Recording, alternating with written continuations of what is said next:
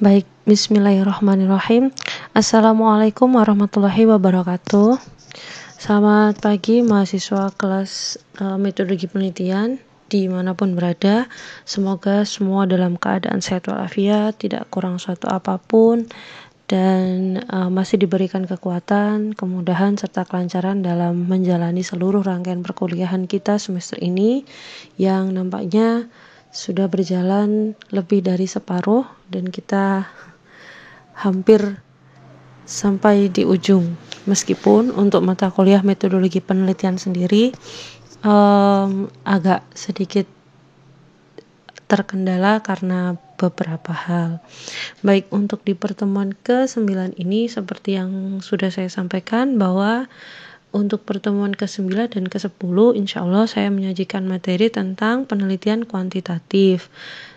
Saya bagi menjadi dua, ada bagian 1 dan bagian 2 karena memang subbahasan penelitian kuantitatif itu sangat amat luas dan sangat banyak.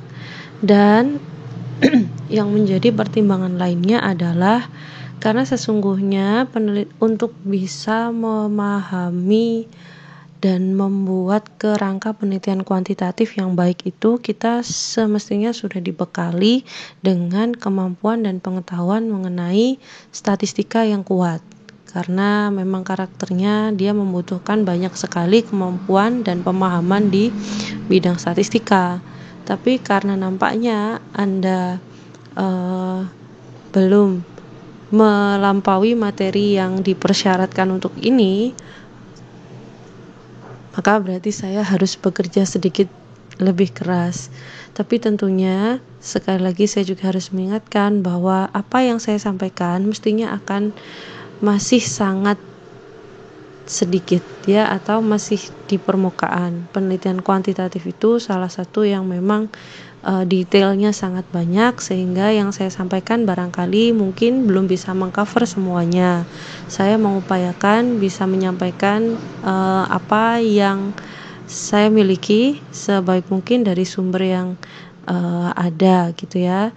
Nanti untuk perihal statistikanya pun nanti akan juga saya sisipkan beberapa sedikit ya, tidak semuanya, karena Anda bisa membayangkan bagaimana jika dua mata kuliah yang berbeda ini harus dijadikan satu dalam hanya rentang 1 atau 2 pertemuan, kan sungguh tidak mungkin gitu ya. Jadi nanti kita bahas sedikit, semoga itu bisa memberikan sedikit gambaran. Saya juga tetap mengingatkan untuk semua mahasiswa supaya terus membaca, terus menggali dari sumber dan dari referensi-referensi lain supaya lebih memahami penelitian kuantitatif itu seperti apa gitu ya. Kira-kira seperti itu. Kemudian untuk garis besar materi yang akan kita bahas hari ini kira-kira ada beberapa poin ini. Untuk yang bagian 1 ini ya, saya ambil secara kasarnya saja. Yang pertama ada konsep penelitian kuantitatif, kemudian kita akan spesifik ke penelitian eksperimen.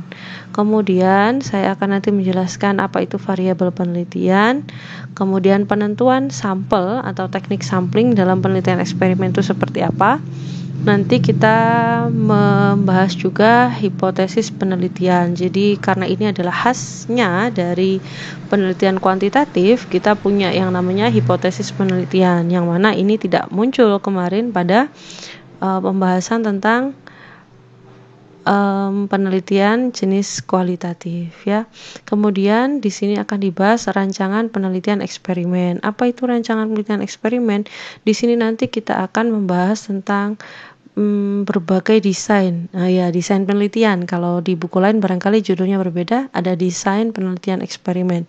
Jadi nanti modelnya penelitian eksperimen yang kita laksanakan itu seperti apa gitu. Jadi modelnya macam-macam. Kalau di penelitian kualitatif kemarin semacam jenis-jenis penelitian kualitatif gitu ya, seperti itu. Nanti kalau di sini sebenarnya ada juga jenis-jenis penelitian kuantitatif. Nah, yang bagian ini adalah rancangan penelitian eksperimen ini memuat desainnya, rancangan pelaksanaannya nanti menggunakan desain seperti apa gitu, karena ada banyak jenisnya. Selanjutnya nanti di sini, ini ada pembahasan tentang pengujian statistik. Ini Ini yang saya sebut bagian penting dari analisis data pada penelitian kuanti, dan semestinya ini didukung oleh penyampaian atau pemahaman konsep tentang statistika terlebih dahulu gitu. Namun sepertinya belum, jadi ini nanti mungkin saya juga sampaikan beberapa poin-poin utamanya saja. Terakhir, akan ada validitas penelitian eksperimen. Di sini ini akan menjelaskan penelitian eksperimen itu dikatakan valid ketika memenuhi kondisi apa, dan juga faktor-faktor yang kira-kira bisa mempengaruhi nilai validitas dari penelitian eksperimen itu seperti apa. Jadi ibaratnya kita bisa menilai bagus tidaknya suatu penelitian eksperimen itu diukur dari apanya gitu. Kira-kira secara umum seperti itu. Sebagai gambaran, materi yang saya sampaikan ini secara umum saya rangkumkan dari bukunya Pak Tatak Yuli Eko. Barangkali ada yang belum punya bukunya Pak Tatak, bisa menyimak materi ini. Kemudian nanti barangkali ketika bagian 2 insya Allah akan saya tambahkan dari sumber rujukan yang lainnya gitu ya. Tapi untuk pembahasan ini untuk bagian diskusi Anda tidak hanya dibatasi dari pembahasan apa yang saya sampaikan, tapi boleh Anda nanti menambahkan diskusi atau menambahkan pendapat atau menambahkan tanya jawab dari sumber-sumber yang sudah Anda baca sebelumnya, bebas ya, gitu kira-kira. Oke, itu garis besar materi kita hari ini. Langsung saja saya masuk ke materi yang submateri yang pertama, yaitu mengenai konsep penelitian kuantitatif. Nah, ini secara umum garis besarnya begini ya konsepnya. Meskipun tidak didefinisikan secara langsung penelitian kuanti itu seperti ini gitu, tapi kira-kira secara umumnya seperti ini ya. Kalau definisi itu tidak bisa saklek antara buku satu dan yang lain, barangkali bisa berbeda-beda ya. Nah, yang pertama sejarahnya. Nah, di sini sejarahnya kita berangkat dari yang namanya ilmu alam atau ilmu sains. Ilmu sains. Di sini seperti yang Anda tahu, ilmu sains atau yang dulunya kita sebut sebagai ilmu alam itu berfokus atau fokusnya adalah menyelidiki fenomena-fenomena yang terjadi di lingkungan sekitar atau di alam gitu yang kita temui sehari-hari gitu ya. Kemudian dalam perkembangannya seiring berjalannya waktu, metode ini bisa kemudian diterima dan disesuaikan sehingga bisa masuk di cabang ilmu sosial, termasuk di dunia pendidikan gitu. Tapi tentunya ada beberapa penyesuaian dan tidak bisa saklek persis banget seperti ketika kita terapkan di bagian ilmu alam gitu ya. Jadi ada sedikit penyesuaian, mestinya seperti itu. Ciri utamanya penelitian kuanti itu dia menggunakan pola pikir kuantitatif, seperti istilahnya ya, kuantitatif berarti terukur, teramati, semuanya bisa dilacak, semuanya bisa diukur gitu. Kerangka teorinya dirumuskan secara spesifik dan biasanya tujuan umumnya adalah menyusun generalisasi atau menyusun suatu pengumuman ya, generalisasi gitu. Untuk tujuan yang spesifik biasanya ada yang bertujuan untuk mendeskripsikan, ada yang bertujuan untuk memverifikasi, ada juga yang bertujuan untuk biasanya menguji suatu gejala. Jadi dari sini barangkali ada yang sempat bertanya, Bu, kemarin waktu kualitatif kan mendeskripsikan, kok di sini mendeskripsikan juga? Betul ya, karena memang deskripsi itu tidak hanya terbatas di penelitian kualitatif. Kalau di kualitatif itu karena kita ingin mendalami, fokusnya itu ya sebenarnya mendalami suatu fenomena, menjelaskan secara lebih detail, lebih mendalam dan lebih komprehensif gitu. Sehingga kadang-kadang ini yang juga menjadi misinterpretasi atau konsepsi ya, ada kesalahan konsep bahwa banyak penelitian yang mengatakan penelitian ini adalah kualitatif dengan jenis penelitian deskriptif dan seterusnya dan seterusnya. Padahal sebenarnya penelitian deskriptif itu bisa masuk kuali, bisa masuk kuanti. Bahkan ada juga buku yang menyebutkan bahwa penelitian deskriptif itu adalah jenis sendiri yang berbeda gitu. Ya, ini agak sedikit banyak pandangan yang berbeda. Bahkan dulu pernah di jurusan juga sempat melakukan diskusi untuk meluruskan bahwa penelitian deskripsi itu bukan hanya salah satu jenis dari penelitian kualitatif saja gitu, tapi di penelitian kuanti pun bisa deskriptif gitu. Bahkan ada juga bapak ibu dosen yang berpendapat enggak, deskriptif itu penelitian sendiri jenisnya gitu. Jadi memang ada beberapa pendapat, kita tidak perlu memperdebatkan bagian itu karena biar bagaimanapun kita harus lebih banyak membaca ya. Sebelum berpendapat, mari kita lebih banyak membaca. Saya mengikuti saja. Terus paradigma yang digunakan adalah paradigma empirisme. Anda sudah dijelasin ya dulu ya, paradigma empirisme itu yang seperti apa.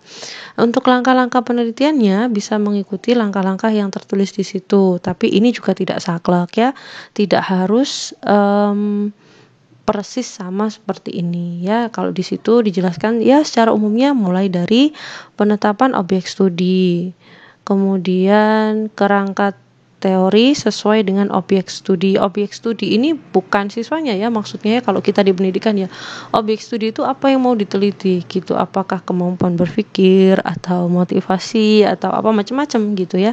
Objeknya yang mau diteliti sebenarnya apa. Kemudian memunculkan hipotesis, setelah itu melakukan instrumentasi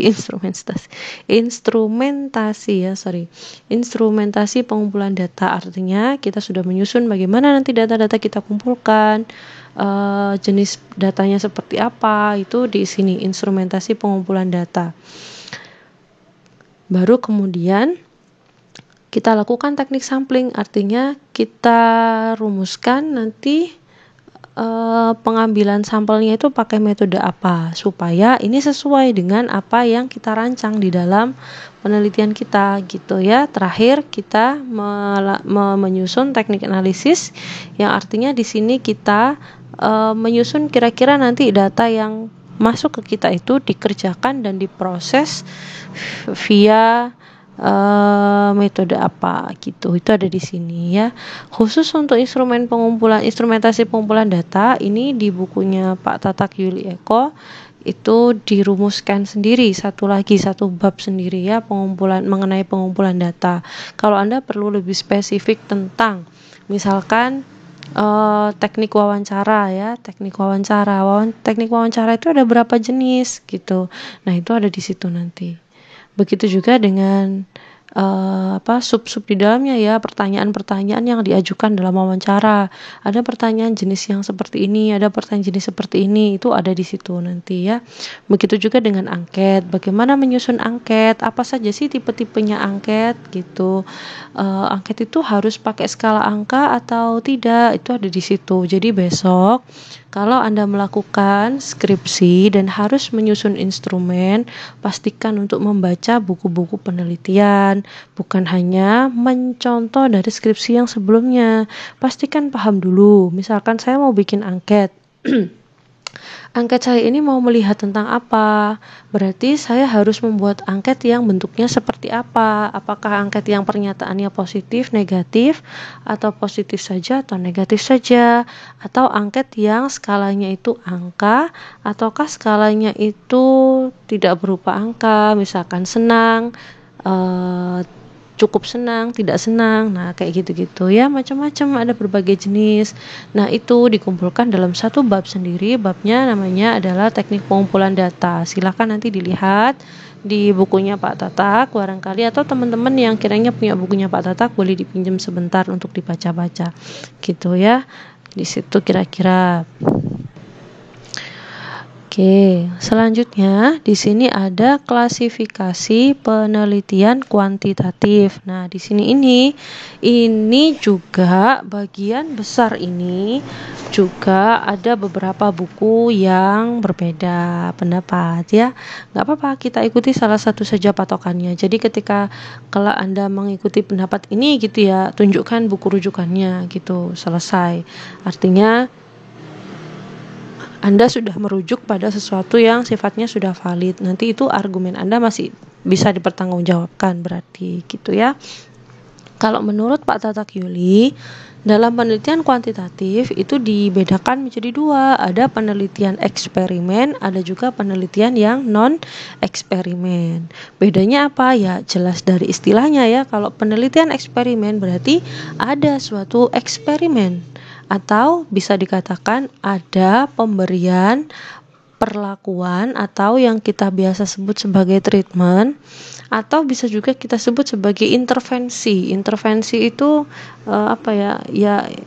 intervensi melakukan sesuatu gitu kan terhadap variabel-variabel yang diteliti. Jadi ada intervensinya di sana, ada yang diotak-atik, ada yang diubah, ada yang mungkin ditambah gitu ya.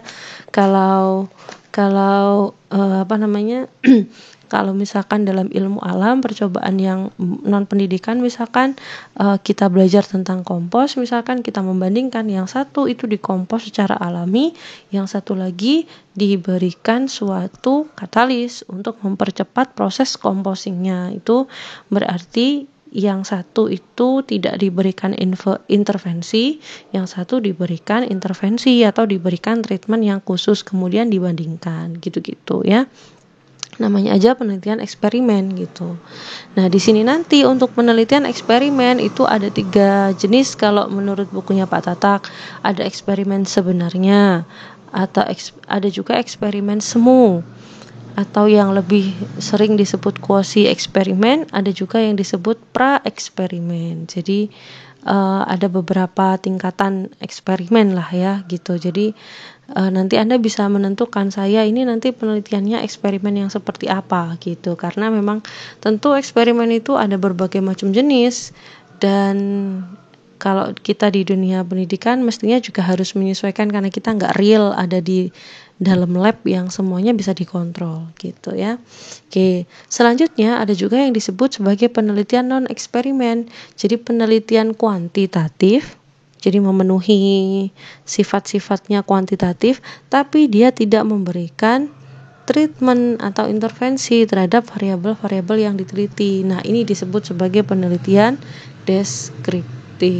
Gitu jenisnya ya. Untuk hari ini kita sementara fokus ke penelitian eksperimen dulu, karena ini ciri khasnya penelitian kuantitatif gitu ya. Kita fokusnya ke penelitian eksperimen dulu gitu ya. Baik, selanjutnya nanti kita akan bahas variabel penelitian sampai ke belakang. Saya lanjutkan di video yang selanjutnya.